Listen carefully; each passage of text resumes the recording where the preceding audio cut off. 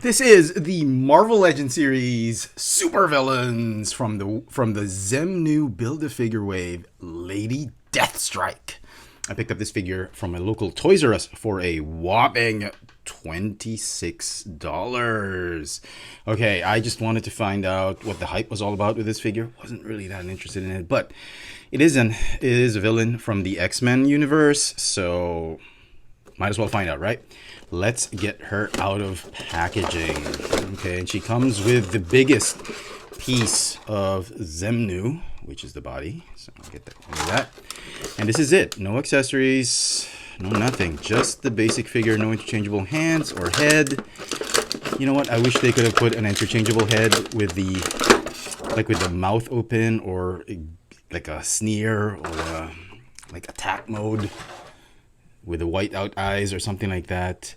But yeah, this is what we get. Taking a closer look at this figure, and I have to say it is well sculpted.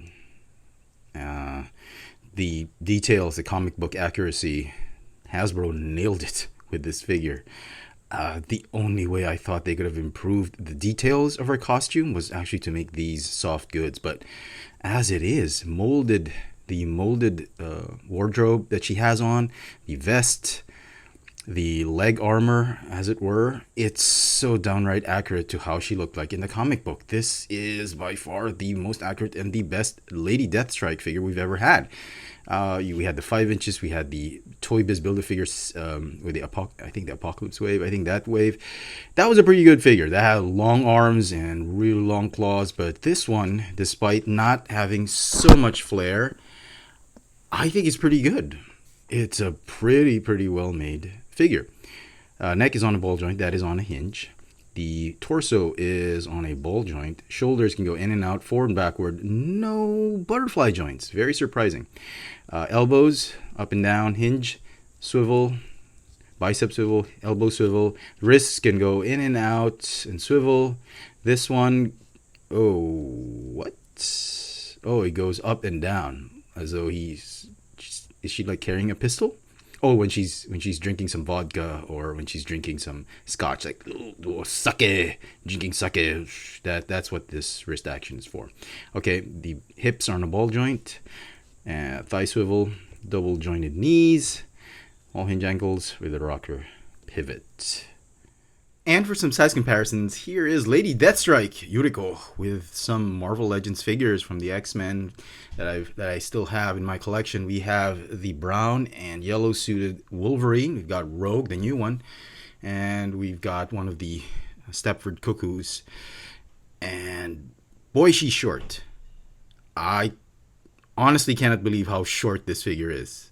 I did not realize it when I was holding her in hand, but wow, she is almost as tall as Wolverine. I actually thought she was much taller in the comic books, at least the same height as Rogue. She's about as tall as Mindy. And so some final thoughts on this Lady Deathstrike figure.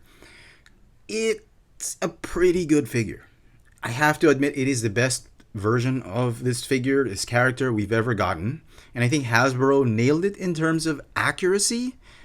But is it a perfect figure? I don't think so. There are ways they could have improved this figure. I wish they could have used a bigger mold. She should have been just a couple millimeters shorter than Rogue. But instead, she's about just as tall as a Stepford Cuckoo. I think the figure is a little too small. Having said that, I think the details are spot on. Another way they could have improved this figure is they could have given her interchangeable hands. They could have given her more cybernetic hands, just to give homage to the old Toy Biz figure. And lastly, last bit of improvement is, I think they could have given us an alternate head sculpt. This head sculpt is just way too tame. I love the poker face, nonchalant look on her, but there should have been an alternate head. Considering the fact that there are no accessories included with this figure except for that Xemnu torso, they should have given us an alternate head. It wouldn't have cost that much to put a little bit more extra plastic on a white out eyes and growling mouth. That would have been really nice and made this figure perfect. Now, having said that, I still think it's a good figure, and if you are a big fan of the Wolverine comic books and X-Men, she is definitely worth keeping and worth tracking down. Do not pay scalper prices for this figure. I don't think you should pay more than $40 shipped. I think that's the price ceiling for this figure. And here's my prediction. I think in a year or two, maybe a year and a half, not more than 2 years, Hasbro is going to repack Lady Deathstrike as a 2-pack with Wolverine, or in that retro card back Marvel Legends type of packaging that we've been seeing a lot lately.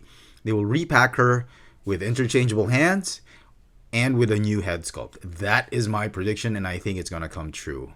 The figure is going to get, is she worth keeping in the Chefatron collection? The figure is going to get a 9 out of 10. Let me know in the comment section what you think of this new Lady Deathstrike Marvel Legends figure. Hit that notification bell so you never miss out on any of my latest video reviews. If it's your first time here, please subscribe.